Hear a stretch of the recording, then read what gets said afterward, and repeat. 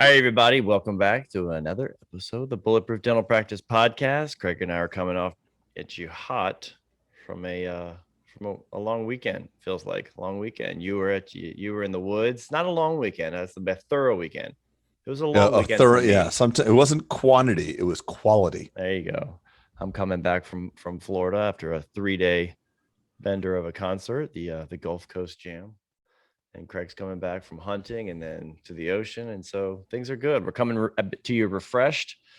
We're doing a lot of prep for Summit. And today we wanted to just talk to you a little bit about something we were talking earlier about is just the things we're noticing as bottlenecks of growth or revenue in practices. And as many of you know, we had a mastermind and we helped kind of diagnose things in those practices, but also just we really like to mentor and help out other practices and growing dentists, and just there's some common themes that go on. And so I've made a list, and we haven't revisited this list in a while, but I thought it was an appropriate topic, especially as we come towards Summit, because obviously our Bulletproof Summit is meant to look at things from a macro and then learn how to optimize on many different planes. But sometimes you have to diagnose where is the leak in your system before you can start moving that boat really fast. Agreed? Yes, sir. 100% agree. Just for just a small matter of clarification, I was not hunting, but I was in the woods. So Pete knows that I just built a 100 acre. I'm sorry, I just purchased a 100-acre farmland. So I'm going to be out there a lot. It's really good for my mind. I love it. So It's good for you. That's your anti-inflationary hedge, because yes. I hear that they're not making more land. So But you know what they are making a lot of right now? what? Money. $4 trillion. Anyway, we digress. Hey, you know Don't what they're start not making any more of? what? They're only making 21 million. All right. Yeah. No, we won't go there. So anyway, it's kind of funny that we're talking about this today, the bottleneck, because this morning I was working out with my trainer, John, and he has a business very similar to ours.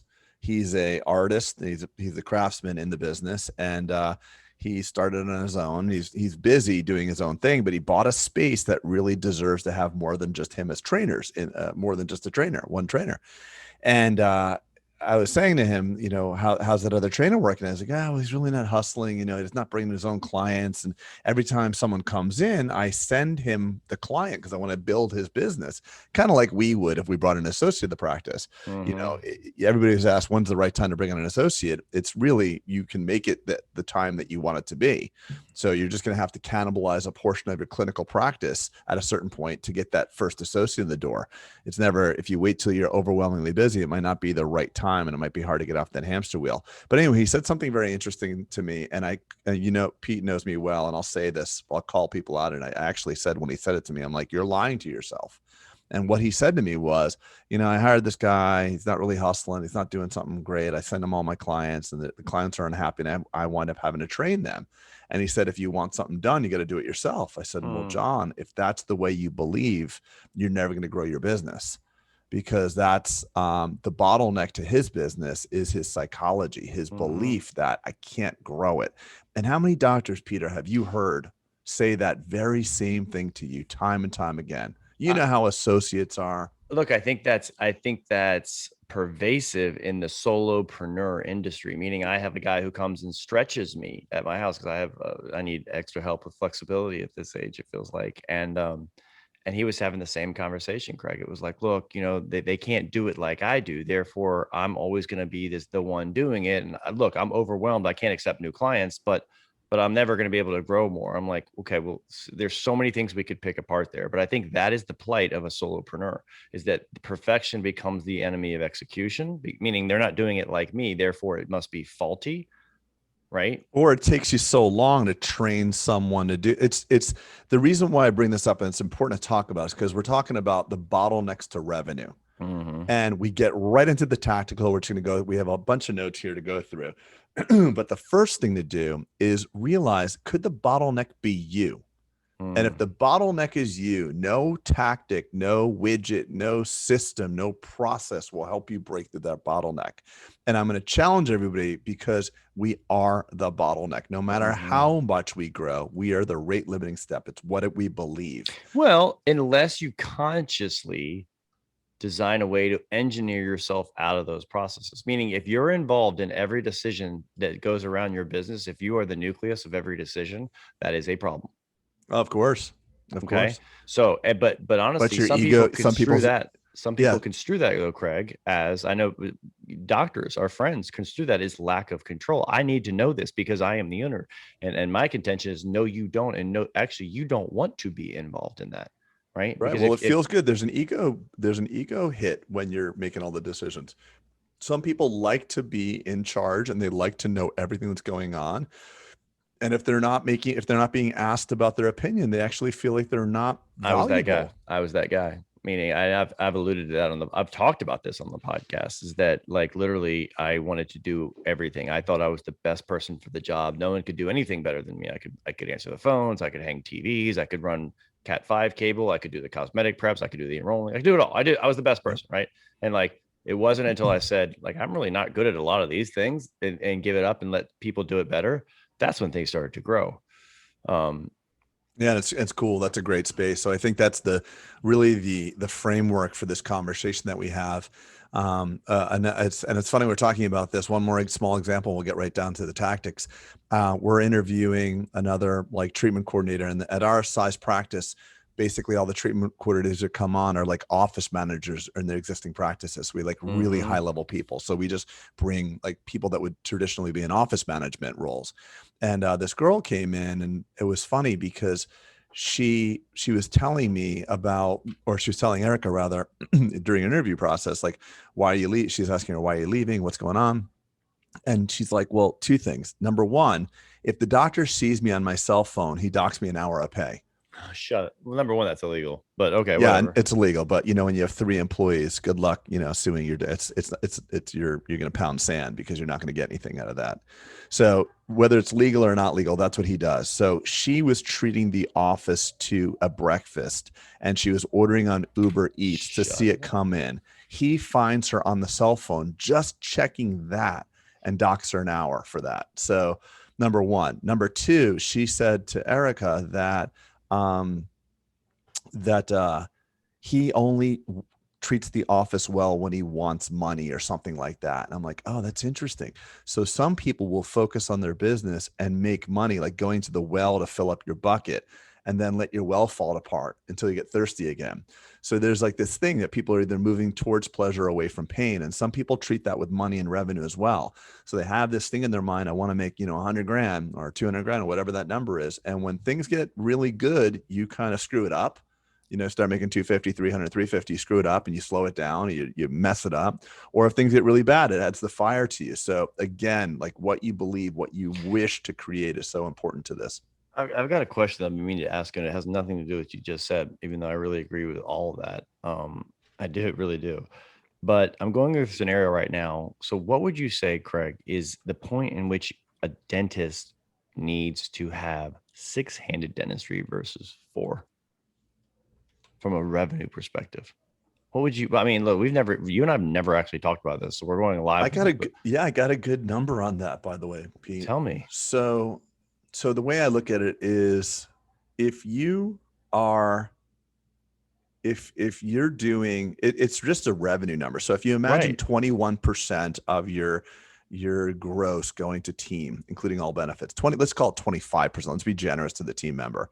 If adding another person could produce 4 times the cost of it, then it's 100% good to do it. Wait, slow that down. So let me slow it way down. So if you're doing $1 million a year, right? And you believe as a doc, a doc with a 1 assistant, 1 hygienist. The traditional, the traditional. No, it's not including the hygiene, by the way. So just you are you're collecting $1 million a year, and you got you just get 1 assistant, right? Okay. If that assistant, if you could bring in another assistant, just using round numbers here, for $50,000, and you could produce an extra 200. Sorry, I'm using produce, but Peter and I always mean collect, but just for the sake of that production. Well, we've been brainwashed too. Yeah, so we've been brainwashed. Exactly. I produce 5 million, collect 100,000. Oh, that sucks. I wrote off 4.9.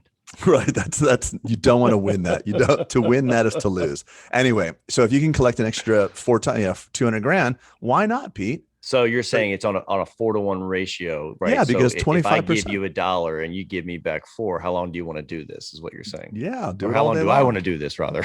Right, but I mean, you're taking it to something else. There's a business equation and there's a mental wellness equation. So a doctor, if you're producing like a madman or a madwoman, you love it, and then you got another sidekick person to come on. I get it from the 4-to-1. I get it from that ratio. I'm saying, at what point is there an inflection point where you say, yes, you know what, this warrants, does 500, if you're doing 500K, does that warrant it and you feel busy? No. Okay, I mean, so listen, you think it's not in absolute terms. I mean, listen, I've had doctors in my tenure that said to me, I need a second assistant. I'm like, well, you're doing 30 grand a month. And then I have doctors that are doing 270 GPs. A GP just that in my practice just did 274 that month. Right. And I'm like, cool. You need, how many more assistants you need? Let's do this. So, I mean, it's not, listen, I could have, all right. If I pinned you to a number, would you say 750 would say, yeah, you need 2 assistants? No, not in my world. No. Okay. No. 850. So yours, you used the example of $1 million actually as the round number, which was actually the number. Okay. Yeah, I just happened to use a round number, but that was the exact number I had in my mind. Interesting. I would actually have said a little bit.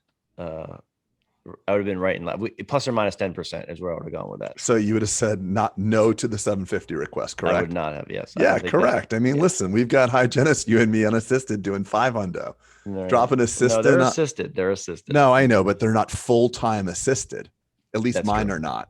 So if I had a hygienist that was working 2 rooms full-time assisted, she could do that. So I don't know. I think that if you give enough, it's like your task will expand to fit the time and the amount of employees you give to it. Mm-hmm. You make answering the phones a 3-person job, and it will take 3 people. Well, it also becomes more abundant thinking, meaning, and here's where I'm going with this. If I have a scenario right now with the Highlands location, which is 6 operatories, and they saw the most new patients out of all of the locations last month. And so one doc saw 75 new patients at that location. I said, and had to do 2 hygiene checks. And this is actually on our list of things, Craig, that I think are impediments to or bottlenecks to growth, is that when you're so freaking busy, psychologically, you can't help but to underdiagnose. Peter, preach. You cannot help but to underdiagnose and underpresent because you are only looking at the clock. It's the truth. So I said, so good. We can't get off of that. Keep going. Don't go to another thing yet. Because I've had doctors tell me, we are so busy, we cannot handle the volume. We need to slow it down. And guess what happens when you slow it down? Revenue drops. Never. And then a buddy of mine who actually owns the largest, he passed away recently, but he had the honor of owning the largest Porsche dealership in the world, Champion Motorsports. His name was Dave Mirage. He passed away, and he once told me, he says, when I told him what I did, because I actually put the brakes in the business, he said, do me a favor, you never can apply brakes to a business. It's like our conversation with our friend from Texas. Owned a Porsche dealership, and he's saying never apply brakes. No, but isn't it funny? Like you and I had a private conversation with a buddy of ours that owns a bunch of practices in Texas. Like, no, you don't have a room problem. It's like, hey, we want to. Pete was saying, like, let me slow it down. He's like, no, you need to build more. Yeah. So it's like when you add doctors, add chairs.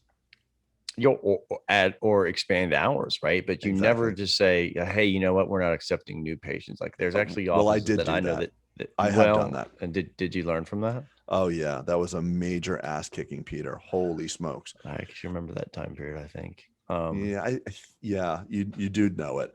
So doctors are like, we are so busy, we cannot diagnose, we cannot spend any time, we cannot blah blah blah blah blah.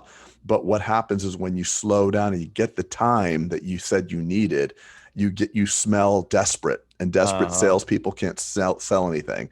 So if you slow it down, you get really nervous and you don't sell either. So you just got to, don't wish it were easier, wish you were better. Well, I my think that's the two point. problems with that, what I was trying to bring up that scenario is it's human psychology, like I pointed out, but it's a detriment to the patient. So we all obviously strive for patient care, but being so busy, and we wear that as like this badge of honor amongst our colleagues, like, oh, I can't be seen for 6 months, Oh right? yeah. I can't be seen for this, but and I'm so busy I can't even think straight. But like, are you living your best life in that operatory when you have 12 people waiting on you at all times? And I would say no. I would say no. Well, You're there's a happy medium. underdiagnosing because you can't have the conversation with sweet Miss Jones about crown number 19 because you simply don't have the availability to put it on your schedule. Therefore, you just think to yourself, I'll catch her next recall. I'll catch her next time and we'll talk about it then because I just don't have the time. And even if I had the time to enroll it, which you could, like, and then when she asks, okay, well, when can I do it? You tell her 3 months out. It's almost like egg on your face all the way around this equation. So it's being is super busy is just as, and a lot of our colleagues are having that problem right now, honestly, Craig, with just the environment. Everything's busy. Like, Yeah, well, that's what you get when you print $4 trillion right. dollars. People spend money when you give it to them. It's economics 101. Well, I think also it's the melting ice cube. It's the hot potato. People are getting it out of their hands because they know it's inflating pretty quickly. So I think there's another line item to what you just said. What I find, I had a person reach out to me the other day, and they wanted to, pick my brain, which Peter loves, by the way. So you can always feel free to email him about. Yeah, He send me an loves email that. telling me you want to pick my brain. Yeah, it just it makes his day. So anyway, I spoke to a person for 2 minutes, and it's like, I'm pulling out an oral surgeon in my practice. Should he be fee for service or at a network? And so, of course, my normal style is I answer a question, another question, and another question, and another question. And these questions I asked him like 4 or 5 questions. He never even thought about any of them. And the moral of the story was he's booked up 6 months in advance. He can't see straight. He can't handle the patients, and he's hybrid fee for service PPO, doesn't want to add an associate. And it's like, so when you're booked up and you're doing a crown for $700, $800, $900 that you could actually be doing for $1,100, $1,200, $1,300, you're making a big, I was going to say, we grave podcasted error. about this. Yeah, that's a simple, easy button solution. Right. You raise your fees 10% that day, or just across drop the it, board, or just drop an or insurance. drop the insurance company. You have 2 things. I mean, listen, there's no shame in being a hybrid PPO or a straight PPO model, but if it gets in the way of who you want to become, there's a problem. Like, I don't have a problem with you, whatever. You just got to figure out who you want to be. Know thyself. I always say it. But if you're if you're not adding associates, you're not adding locations, and you're a solo doc, and you feel really proud about yourself, because to get in as a new patient at 6 months, you're pissing off a lot of people. Oh my God. And you are not a hybrid practice. You'll actually get bad Google reviews because of that. Right. And all the fee for service patients that are calling you that say, I want to be seen for a broken tooth, when they say you can't get in there for 3 months because you're to the gills with Delta or Aetna reduced fee dentistry, you're not doing a good thing for yourself. And then, of course, the dentist, I'm sure there's dentists out there like, but I like serving those people. Fine, serve them, give them discounts. When you accept a PPO fee, you are obliged to do what your contract said. You are following the rules. If you decide to take a fee for service person, give them a 30, 40, 50% discount, you are a hero. So it's like going into the restaurant for the free dessert. You're not happy. You went to the restaurant because we're offering free dessert or buy one, get one free. You don't thank the supermarket when there's buy one, get one free. When you go to a restaurant and they do a free dessert for you, you're thanking your lucky stars. So we digress. But yeah, really important about that. Yeah, it's a good topic though, because and we're going to talk about this more in Summit, is that, you and I have always been the camp of like, I'm the fee for service camp, and you've been, I know you've always had kind of a hybridized practice, and I'm going to go on stage saying that I think the future is hybridization of that. Well, depends, Peter, I got to give you a qualifier. Depends on what you want to do. That's true. So if you're sitting here listening to us saying, I want to open up 2 practices or hire 2, 3, 4 doctors, I want to expand, hybridized PPO is, we believe, going to be necessary for you. That is good context. Yeah. If you want to just, work Monday through Friday and have your own office with 2, 3 operatories, you're going to really have an insurance issue. It's going to, if you're good and patients like you, you're not going to be able to accept insurance. Let's talk about one of the easiest ways to get patients to like you, actually, because this is, I feel like, a bottleneck. I like how you just made this segue. because I hear of, and I think this is a bottleneck of growth, Greg. Okay. Maybe and revenue. But if you want to talk about getting into that, let's just say you are that dentist who does want to be that fee for service and you want to grow your practice. The easiest way to do it is obviously within the population of the people that you already have, right? Them referring like individuals. If you are not making post-operative calls, do it. Start tomorrow. Do it. It's the simplest marketing of all things. And if you're not doing it, you're going to experience an immediate growth of your practice just by giving a shit and calling people in the evenings when you give them a shot. Because If your guess what? They website, tell everybody. Because and then guess what happens? Their friends say, well, they think then they have FOMO. Their friends will have FOMO if they don't go to you and says, well, my doctor doesn't call me. My dentist doesn't call me. Oh, he's great. We had a conversation.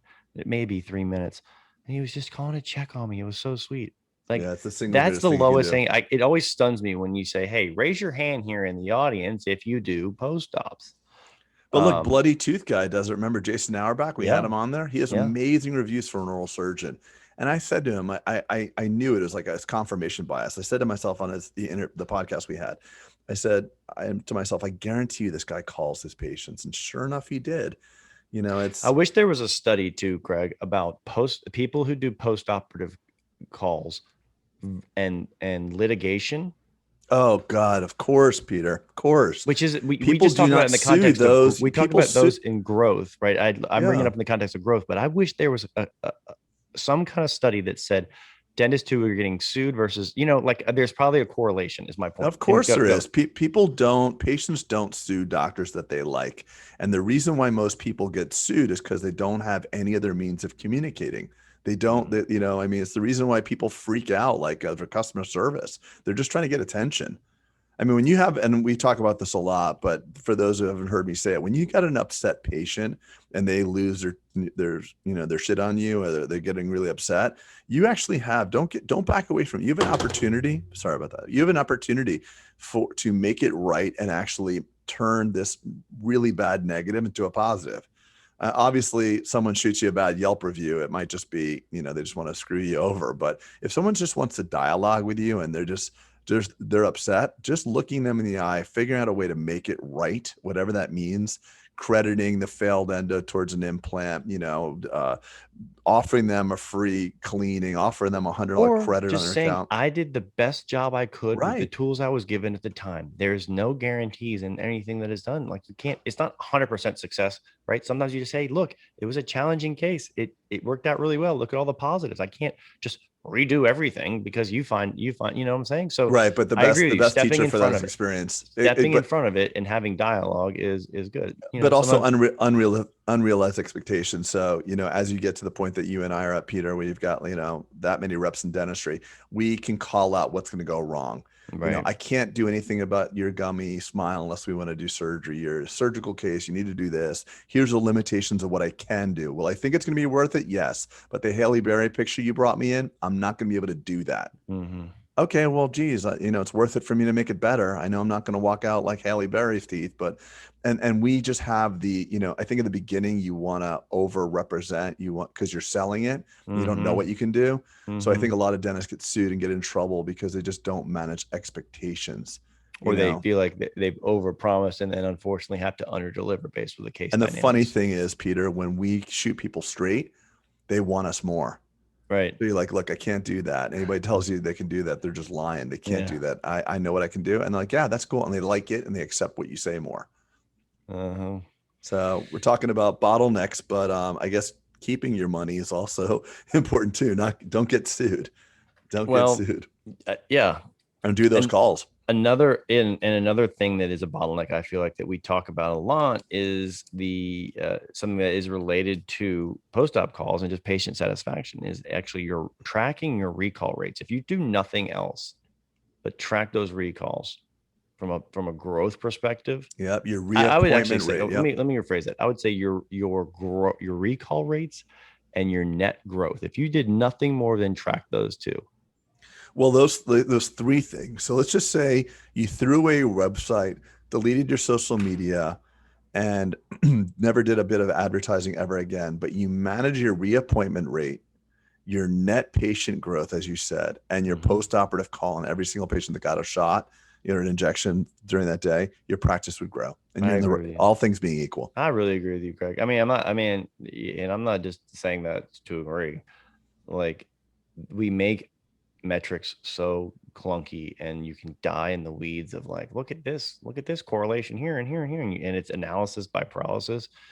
And if you just zoom out and kind of look at some of the things I think you could focus on, that's why we always kind of contend there's 4 things that I really look at. And I don't know how many you have grown from that, but I still get the 4 that I look at emailed to me every night for all practices. Because yes, could I log in and check things and do all these things as software? Sure. But if I can track those 4 yeah, on a daily basis and do slight course corrections based on where we are, that seems to work for me and my practice and my partners. That seems to work for us, I should say. Another thing too, is a bottleneck to revenue is your education. People who don't know a lot don't see a lot. So I see the effects of continuing education, whether it's diagnostic training or, going to events like ours. When you see things, you can't unsee them. And I've watched dentists that came into this practice saying, I just want to do quadrant dentistry. I just want to do crowns. I'm not into FMRs. I don't want to do cosmetics.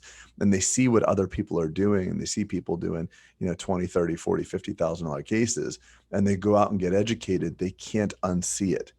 So, a bread and butter, and I hate that term, but like a quadrant dentist or a guy or a gal who's just fixing quadrants, even the most high value patient coming in that says, hey, I've got a school reunion in a year and I hate my smile. He's like, okay, we'll do whitening. Get you some whitening.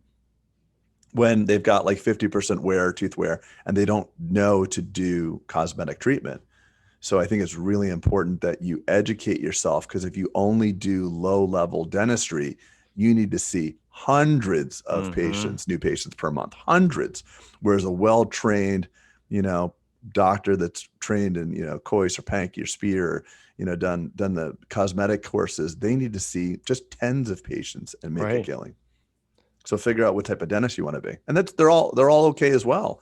I mean, doing high level cosmetic and FMR cases, you'll make money, but the 3 currencies in life, emotion, time, and money, you will spend a lot of time and a lot of emotion, because half of those cosmetic cases, and you know this better than I do, Peter, are there's psychotherapy and dentistry. You take on and they're very emotionally driven, right? At the time that people are in. So you definitely want to get in the mode of saying, yes, unfortunately, yes, we can do that, because it's an emotional journey for them. And they, by the time they're in your chair, they're fully committed. They just want to hear affirmation of what they've decided to do. Right. Another impediment that I feel like is pretty pervasive, and this has been a bottleneck of growth in our practices, is technology. And actually our patient management software has been kind of an impediment. And I've tried to switch and pivot before and go cloud and all these things, but access to information is an impediment to things. I don't have a solution for this, Craig, other than saying that I think obviously cloud is the way. Of course. I wish that some of these bigger practices, the one that PMSs that you use and the one that I use would get integrated and get their shit in gear and get to the cloud with a seamless integration. But that has been an impediment to growth of locations for me. I know it's not a big issue for you because you're all under one roof, but it is an issue. Yeah, but we do it like something stupid of data per day. And the amount of data that goes into our system per day. I mean, listen, in dentistry, there's no robust system, because, most practices are very, very small and simple.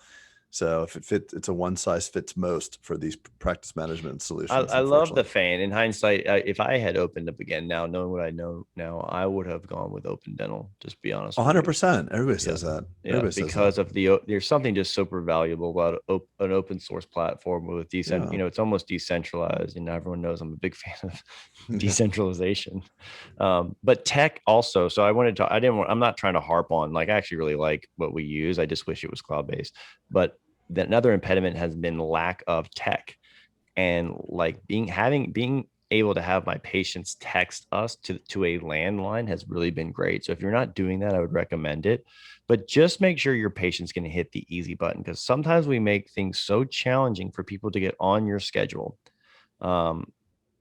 that can be a bottleneck, right? Like, number one, calling the office and having it go to voicemail, right? And I did a podcast on that recently, Craig, where I was saying, like, hey, augment your phones when your website is super busy, and look at your traffic on your website, because there's a direct correlation to website visits to phone calls. And if people are calling, and if your phones are ringing and going to voicemail, which, everyone says, oh, ours don't do that. Oh no, Bullshit. ours do all the Bullshit. time. Ours do. Yours do. All the Right. time. And that is an expensive missed call on your Yep. phone. You love to see a missed call, because then it's like, just text me. But in dentistry, Yeah. in dentistry, a missed call is no bueno. So make sure that you've got tech set up. On the flip side, though, I do hear a lot of belly aching with online scheduling, because there's zero accountability of people having too much easy access to your schedule, meaning people will cancel on that. So make sure that you find that line that works for you in your practice, where you're able to onboard people efficiently and effectively. Because if you get a voicemail, think about you as a consumer, Craig. I was about to call you a prosumer. Think of you as a prosumer. You know what a prosumer is? Proactively seeking out the thing I want to buy. A really good consumer. There you go. Wow. Right. If you're kind of agnostic, you don't really care which dental practice or which place you go to, right? You say, oh, there's 4 stars, there's 4 that have 5 stars here. This is great. And you call the one that you're like, I like that website, I like the doctor, and you get a voicemail. Okay. I don't know if I'll leave a voicemail. All right. Let me just try this other one real quick. I mean, think about what you do in your life. Think about what we all do listening to this in our own life. I'm guilty of it as well. I'm not so dogmatically like I'm choosing this practice, and come hell or high water, if they call me back or not, I'll just move to the next person, and let's call it a restaurant. Let's call it a car dealership. Let's call it insert whatever business. If there's healthy competition, you can be convinced to move to the next. I think that's really important for dentists to understand, that we tend to overvalue what we do, and the consumer does not give a crap about it. They just want to hit the easy button. So your user interface, they want to check their box. It's on their freaking to-do list, right, Craig? It says make dental appointment on their to-do list. I see it, right? And people are in this, and so busy in today's day and age. The Amazons, then everything is now. Let's get shit done. And it says make dental appointment on there. And if they can't go and check that and cross that off their to-do list, you have just impeded their day. And so guess what they're doing? They're moving down the list. Yep. Unless you're the only game in town. If you're the only game in town, you probably don't even listen to that. You're probably not even listening to this damn podcast. So yeah, why would you? Like, why do people need help with this stuff? This shit's so easy. I'm the only endodontist in 5,500 miles. No, it's true. It's very true. But how many times have you gone like to an online shopping cart, Pete, and you realize like you want to buy it, you're going to take the bait, you're going to buy this thing. It's been marketed directly to you. It's probably some like tactical, something for your pickup truck or something. And then you find the shopping cart is not that Shopify cart, but you have to enter every single detail. Everything, set up an account and give like the crazy ass password and 12 blood types and. Yeah, or you have a Shopify, you stare at your iPhone, everything auto-populated, and you're literally about to buy it. Like there's a shirt company called Poncho. They make those fishing shirts and stuff that Emily's wearing. Mm-hmm. Literally, it's Shopify. I look at my phone, it knows my address. I mean, I am so quick to actually purchase something. And by the way, same conversation with Abella. They sponsored our summit, Abella and Compassionate Finance. Like, I think, we use Abella in our practice, by the way, and I don't think we have I think many dentists don't have a collection problem.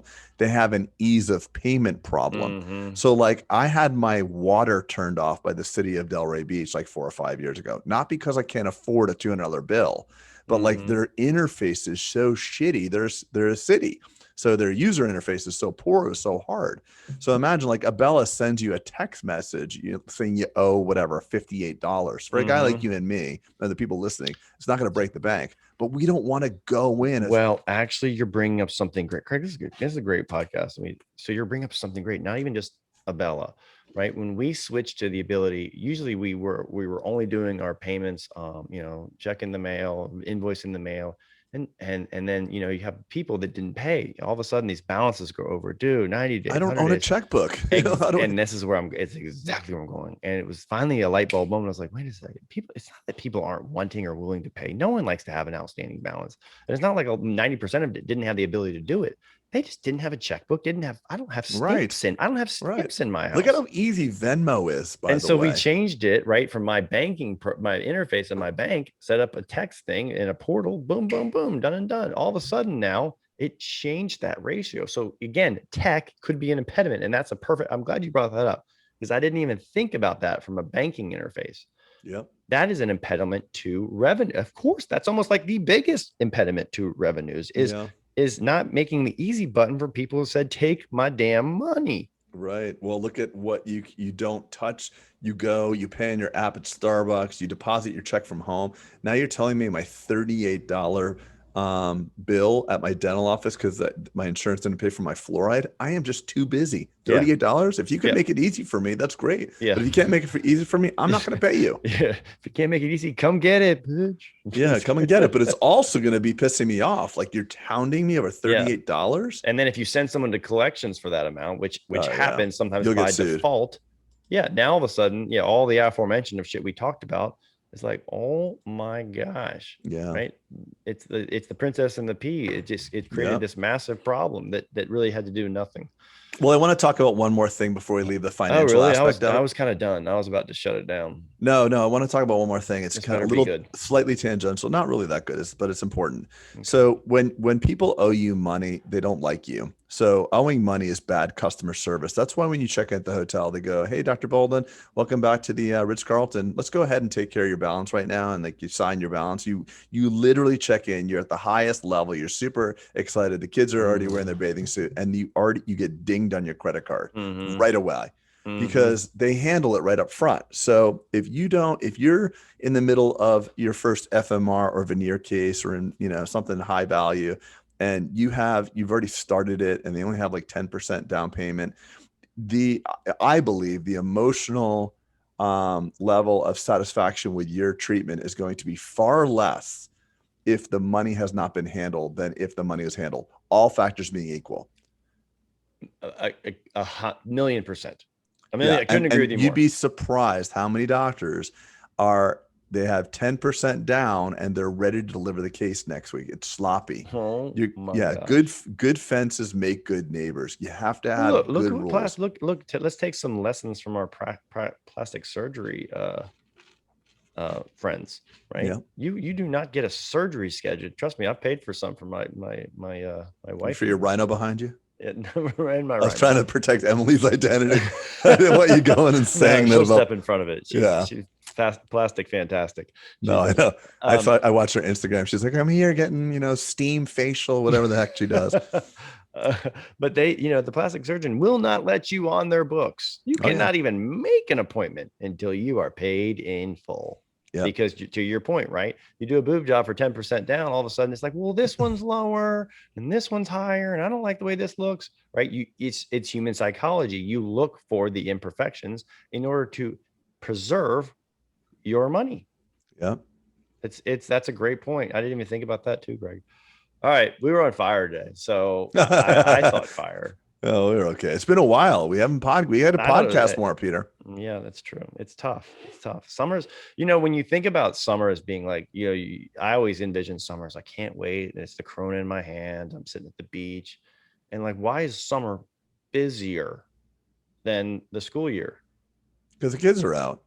I know, but like it seems like there's less free time. There's less. Maybe the lack of structure, the lack of structure. All right. I mean, listen, for guys like you and I, we have children, and now the children from 9 to 5 are our responsibility, whereas they weren't before. So no, I think it's that.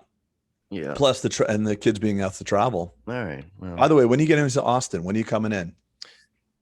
I'm trying to come the Wednesday prior. Okay, good. I'm hoping to do a little foiling with our buddy Hoppy. Cool. Dentist who lives there, right? I actually did a lot of Hoppy and Albert. I did a lot of e-foiling just 2 days ago, Craig, in the Gulf of Mexico. Flight Board, if you're listening, we would be very happy to mention this all the time. Yes. That would actually be the first sponsor we would ever take if they are listening. I would actually accept that sponsorship. Yes, 100%. And we'll talk about it. Yeah, we won't accept it from the dental manufacturers, but we'll do it from this. And you have to pay us nothing. There's nothing. Two boards. Just two boards. You know how much are those boards, Peter? It was $11,000. Yeah, man. Geez. I was. This one was not mine. I do have one in full disclosure, but they are if you're listening to us and rolling your eyes right now, just do it. They Yeah. go No, it's try hard to it because learn they though. rent them. They, of They're course hard it to is. learn. Look, hey, anything worth its shit is freaking hard, right? Yeah. So is growing a dental practice. So is going It's to dental true. school. Like it's all worth it when it's hard. If it was It's easy, true. like my granddaddy said, if this shit was easy, anyone could do it. You don't Yeah. want anyone to be able to do it. No, it's very So it true. is hard. But let me tell you something. It was a magical moment. I'm going through this clear water in the Gulf of Mexico, right? And like I separated just by chance these two giant rays Oh, were cool. swimming together, and I happened to go right between them, like Yeah. not trying, oh shit. And they wanted to catch back up with each other. So for about 300 yards, they were like literally like right and left Oh, of me. that's And I was like, badass. and these suckers were probably 6 feet across. I've And I was seen like, them. if this isn't the most magical thing, like I'm literally flying in the air on And this it's foil so board, quiet. so There's quiet, no, and the water was yeah, crystal clear. I was like, this is because one of the you're out of the water on that flight of the foil. So it's stuff, like man. you're like it defies logic and gravity. It's If amazing. people watch you like you literally just landed from Elon Yeah. Musk's You look like, spaceship, yeah, it's true. like That's Martian. badass. It's Anyway, badass. we do, to your point though, we do need to do more of. I think a lot of it is we're prepping for the summit, which I'm bringing the is whole family, by the way. The I whole know I'm family's not. coming. I'm I'm not. bringing a friend of mine from New York, my wife's cousin. She's going to watch the kids. They checked out that resort, 400 acres, zip lining, horseback riding. I mean, dude, they're going to be busy. It's going to be awesome. Well, he's gonna be busy, and I mean, the kids will be busy. right. And unfortunately, we sold out the room blocks on Saturday night. So like now a lot of people are having to go. Unfortunately, they get to stay the first 2 nights. But when we booked this, Craig, we were taking a big leap of faith because Oh, I we know. had to I saw pull the trigger. check. I saw Well, I the know, check. but wait, but remember in the context of when we had to write that check was COVID was still a very big unknown. Yeah, Very big but unknown. you said it best. You said at the point, it's like if COVID is raging right now, we got bigger problems than losing, $100,000 deposit or something or whatever it was. But it was still a thing. And I said, look, we have to plan from a contingency standpoint. So we undershot buying the rooms because we're on the hook for those 200 rooms, right? Right. And so we undershot it because we didn't know. And now that the world's opened up and everyone and their mother wants to travel and grow, like literally the hotel was like, can we get some more rooms? They're like, hell no, because Yeah. we're getting $700 a night, not your I $200 a know. night. Yeah, I know. Right. And Isn't so that unfortunately crazy? that's been a problem. And we should Yeah, the have, hotel's pissed off, I'm sure. well, Selling those rooms for $200, they could get 600. they weren't pissed. They weren't pissed when they had a group call when there was a ghost town and they said, Right. hey, can we rent your whole resort pretty much?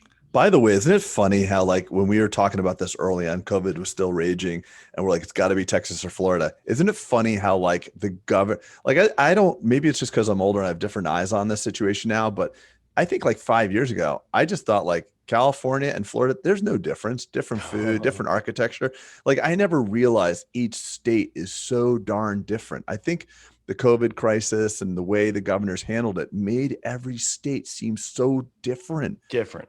I mean, like people in California, some people like, screw this, I'm moving here. And some people in like other places, I'm moving to California. It's amazing. As a matter of fact, I saw your governor last night, Craig, on Oh the yeah. stage. Right. DeSantis was on stage at your I was rock literally concert. I 20 follow feet him. away from him, 20 feet away from me. And he got on stage and encouraged. He said, let me tell you something. If you're listening out there, other governors, I encourage you, open up your damn state. And he looks out into there's a sea of 30. I was literally, I'll have a picture I'll send you, 30,000 people. Not one of them had a mask on. And it was a beautiful moment for me for a second because I was like, you know what? America is back and open. Yeah. It was beautiful. So anyway, but I mean, listen, we got a lot of listeners that are, DeSantis took a lot of heat for that. He was fortunate that he opened up Florida and stopped the mask mandate. He got torched, but fortunately, like 7 or 9 days later, Fauci and Biden followed suit. So he's not too far out on a limb. I think even the more liberal governors are starting to open up. I know our friends in California are starting to open up as well. So, I'm definitely not just happy for the states, but the general idea consensus, right? And that look, it's my point is America is very resilient. Look at all the things they've gone through. God, I hope so. And you look at all the stuff, and when you're in the depths of COVID, you're like, oh my God, how do you recover? And then you see 25,000 people all, singing country music kind of thing. You're like, yes, this just feels good. I don't know, just people and energy and life. And like, I don't know, it was really neat. Well, one thing I think we can both agree upon is that the cost of, and again, I want to be respectful of the people that lost loved ones to COVID, because I know those are many. But having said that, I think that the true cost to the coronavirus pandemic was greater for the isolation shutdown, the loss of connection, than the virus itself. I mean, of course, the optics we had, this time last year or March of last year, we didn't know. I mean, it was thought that this thing was going to be, 10, 15% fatal. And if it had been, we would have lost, hundreds of millions of people across the, but I think that we learned a lot. We learned a lot as practitioners, as business owners, and I hopefully our governors and our lawmakers learned a lot as well. 100%. And look, you and I have been through it. If you're a younger dentist listening, and let's say you were in practice during this time, but you and I as older, we have 2001, the scar of 2001, the scar of 2008, and it makes you a better, it's like going to battle. Like you get a scar, but you become a better warrior in the process, right? And you learn the lesson of, oh, this happened, right? Let's make sure I have some cash reserves here in case this happens. Like you learn to become a better general, whatever, in the process. You're a better soldier, a better warrior, whatever, insert whatever you want. Well, you're a better human, you're happier. Like you said, don't miss the tragedy. Don't lose the lesson from the tragedy that happened, right? So there was a lesson to be learned. I agree with you. I want to be empathize with anyone who has lost someone in that crisis, in the crisis of COVID, for sure. I'm not saying anything about that. I'm just saying that there are lessons here, and it is good that America, being resilient, has come back overall. Yes, there's New England states and California who are maybe not, and people are pissed off for us saying that, or me, because I brought it up. It's just, it was just nice to hear. It was nice to see and feel that, because I was feeling very hopeless in let's rewind exactly a year ago around this, Greg. When is this ever going to be over? I know. Shit, June 11th is the day we finally got back to work for us. I know, May 11th. May 11th, but it was still that unknown. No, still, and look, the narrative is this shit's going to be around for years, 5 years, like what? Well, it's also a testament to the strength of our first world status and our country's, ability. I mean, look what's happening in other parts of the world. I feel, somewhat remorseful talking about it, but, we have to be a bit ethnocentric right now because this is where we live. And there's bigger challenges. We gotta send our surplus vaccines other places, but this is, when you bitch about America and obviously we're not as perfect as we can be. Thank God we live in a first world country. I have friends that are in Trinidad. They are locked down. They're not allowed to go on, like, you can't go, if you have a boat, you can't go in the water on your boat. You're not allowed to go on your own, take your boat out and jump on the water. They are locked down. There's no life for them. So what we have, and it makes probably some good sense because they don't have the healthcare system. Right, it's the access to care. Getting sick here. I mean, Pete, you got corona. Right. You were fine in a day. You had some amazing medicine, amazing medical treatment, and boom, you were fine in 48 hours. Who knows how that would have been if you lived in Trinidad or if you lived in Brazil or in India. Right. I would definitely not have gotten a mononucleal antibody infusion in Trinidad. Right. You're right. And in 48 hours be literally back to normal, or Christoph, so it's an interesting thing that we, it's something we're very blessed that we have that. We're very, very blessed. So, well, we went all over the place, but geez, what are you going to call this one? This is very, Craig, is the word reticent when it's like of all the stuff we talk about when you and I are just on the phone. Yeah. I was about to say that as you were saying, this is, every time, not every time, because sometimes it's just talking trash, but there's many times, more often than not, where Peter and I are just on the phone. I'm like, damn, I wish we'd have recorded that, because it's just good information. We have such specific knowledge, such deep knowledge into dentistry and such interesting parallels in our practices and complementary knowledge. It's like what we add for each other is what we wish to add for you. So that was the whole genesis. You know what I'm excited about? Our guest coming up, who we've had on a couple of times, but I'm really excited right now in the context, is Peter Mallouk. Oh, big time. I've been dying to talk to him, man. Isn't that right? Because of all the in place. So Peter Mallouk, if y'all don't know, he's been on the pod, actually speaking at our conference, but he's the head of, one of the biggest asset management companies, creative planning, It was really good. Craig and I 60 both billion, 70 used. billion under management. He's a fiduciary, so it's not like one of these broker dealers that's selling you a bunch of highly commissioned products. They charge no commission. So he's smart as a whip, and he's been around. He has such an interesting perspective. And I really enjoyed that article you sent to me about, inflation. And, we have so many questions coming up because look, the world is so different. Even when we talked to him last time, which probably but maybe 8 months, 10 months ago. Oh yeah. It's a completely different set of questions that are coming. Well, look at what we did. We've put input. You put in inputs, different inputs. You get different outputs. We've never put these types of inputs. And I think it's really economy. important because right now, I spent time this weekend with a lot of men who, not dentists or I say I'm the brokest of all my friends. These are a different set of guys who just, what's on the mind of a lot of people is right now, Craig, is where I'm going, is these were wealthy men thinking about hedges against inflation, hedges against this, right? All the things that are going on. And I can't. And are we headed for hyperinflation? Are we headed to hyper? What do we do? What's the strategy? What's the tax rate? But Maluk in that article broke it down like different types of inflation. I don't feel like it's transitory, by the way. I can go offline on that. But anyway. Parts are transitory. Like, look, I think like lumber, and we're not going to go down this path, but a buddy of mine just paid $78 for a sheet of plywood. And that same sheet of plywood was like, I don't know, what, $15-20, like 4 or 5 months ago. There's plenty of lumber from what I understand, but the logistics, shipping, like you can't shut down an economy and then have it go like in one day, 3-6 months, have it fire back up. So, I think that I think certain things are just like logistical supply and demand, and other things are, I actually found out why that's the case. And I know we should probably just end the podcast, but I found out it's actually because of Walmart and Amazon. Oh, I'm sure. And the reason is they pre-bought pretty much all of the logistics transition stuff. And they had done, and so these ports had to give preferential treatment because they pretty much bought all the capacity. Of course. So no one else has logistic. That's why this supply chain, it's not the manufacturing is messed up, but it's also not, it's not related to cost and rarity of the commodity itself. It's not like all of a sudden there's no more lumber. Right. The lumber's there. It's just not getting to us. So dude, it's happening in microprocessors. Look at the cars, like my butt, like the car. That's why used car prices are freaking astronomical right now. Hey, by the way, what's up with that TRX, the Ram? Holy shnikes. It has a big engine?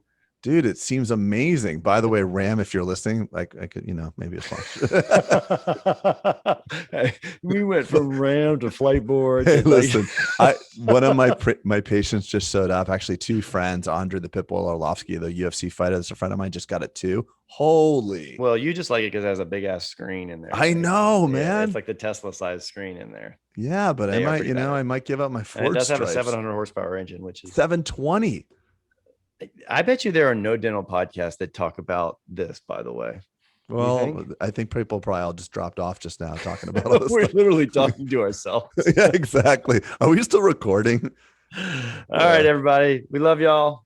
Hope to see a lot of you soon, which we are going to see a lot of you soon, given that we've only got, I think, a few more tickets left to sell. Yeah, and then a few more tickets and it's sold out. So grab them now. 30 something days, 34, 35 days, maybe less. Mm-hmm. And and Craig and I will be more committed to the process. Again, let's go back to the old school for a second. If you like this and you've been a fan of us, some of our reviews have gone a little stagnant. We need to increase that cadence. So if you could get your phone, bang out a quick review for us. Let us know if we're tracking. If you're hating all these Craig and Pete conversations and you want more guests, or actually if you have suggestions for content, put it in the review. If you have suggestions for another guest, put it in the review. And just let us know how we're doing, because we're here for y'all. So anyway, good to talk to you, buddy. Likewise, bud. I'll see you later. All right, Thanks, over guys. now.